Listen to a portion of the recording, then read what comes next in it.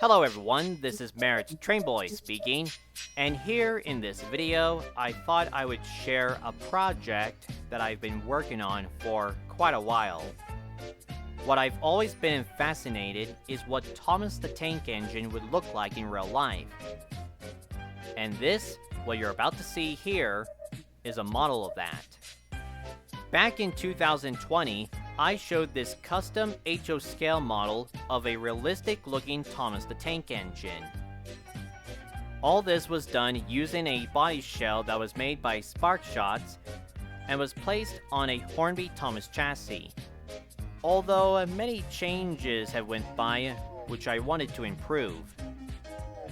And now, here in this video, I feel like that it's time I would talk about the process, the making, and changes that I went through with this model. So without further ado, here's how I built my custom HO scale model of my take of what I thought Thomas the Tank Engine would actually look like in real life. Now, like I said before, the body shell of this E2 tank engine that I had used was made by SparkShots.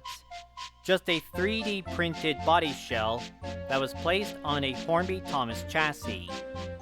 Although I had to do a bit of cutting to the body shell to get it to fit properly.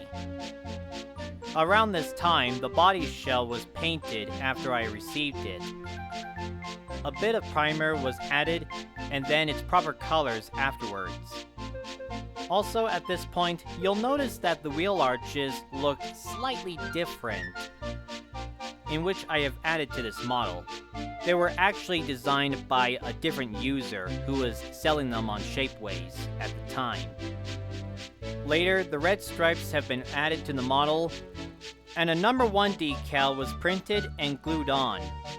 The face I added was from a Wooden Railway Thomas. I have also used this face for a custom Thomas model which you may have seen on my DeviantArt page. I also added more details to the model, such as the coupling hooks, the brake pipes, and the lamp as well. And I also used little black pebbles as coal for the bunker. And with all that said and done, the model was finished. And this is what the model looked like from last time you saw it. So even though I did make a realistic looking Thomas the Tank Engine where he looks like an actual E2, there have been a few areas on the model that kinda bothered me. And so, for the longest time, I wanted to redo him. So from the same creator, SparkShots, I picked out a different 3D printed E2, which this one in particular, while it has that slope dip at the front of the footplate, the back of the footplate is completely flat. This is exactly of how Thomas was presented when he was first introduced in the early Railway series books. And for this model, this is what I'm going for. Also, I even got another E2 shell, which we'll probably talk about in another day. What you see here at this moment was that the body shell was fully painted just as it was before. Only this time it was a slightly different shade of blue, but still light. And the footplate was painted gray. Also, what you're seeing here, I even bought him a new chassis to use this time, which came from a Bachmann Ginty, and I painted the wheels to match the blue. A while went by until I have managed to get some red striped decals to try for my model, and let me just say it was a very tedious process. Also for the wheel arches that were eventually bought separately and were also made by SparkShots, I just painted the red lining on them. Oh yes, and even a gloss coat was added to keep everything sealed. Again, the coal load was done as the same method, but I had to make sure that the coal was glued in properly and there weren't any loose pieces coming out of the cab. Eventually, this time, the number 1 decal was printed on a different piece of paper and then glued on. Although I would love to use a decal instead, which was actually printed, like water transfers, but as of now, this will do. As for the details, they were all taken from the original model and then placed onto the new one. And as for the buffers, I added sprung ones this time. I even added a signature whistle onto the model since it didn't have an actual one on the original. This one in particular came from a spare Bachmann Thomas shell. Also, what I wanted to point out is that because of the new chassis for this model, I have to do a bit of cutting at the front so that the wheels could fit through to where the wheel arches are. And for the finishing touch, I have added the face, which was helped with blue tack, which I might have forgot to mention about. Speaking of which, I have also been using blue tack to help keep the locomotive body onto the chassis. I would love to use screws instead to keep it securely fastened, but I would have to figure out how to do that. As of now, this will do the job. And once that was all done, my 2.0 model was complete.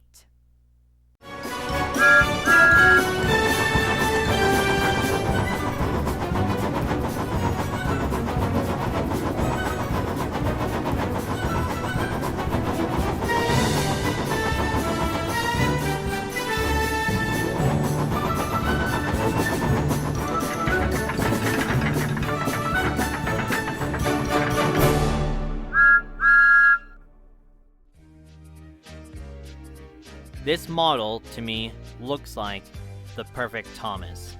Yeah, it may look like an actual E2 tank engine as it was presented in real life, but it also describes of how Thomas was portrayed in both the books and the show, while it still maintains the E2 features that he is known for, mostly the extended side tanks and the slope dip at the front of the footplate.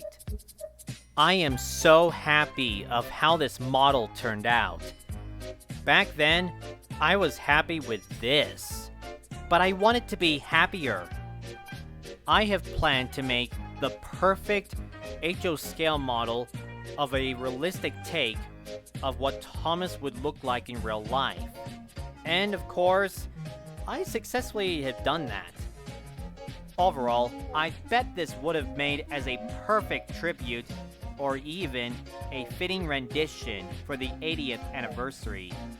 And before you would say anything else, yes, of course, and I know there is like a baby version of this 3D printed E2, since overall, you know, Thomas was meant to be presented as short and stumpy. Maybe one day I will make a Thomas model like that. But as of now, I am proud to see how this model is looking. Everything that I wanted it to be. And that is all for now, so thanks for watching everyone, and until next time, this is Merritt Trainboy, signing off.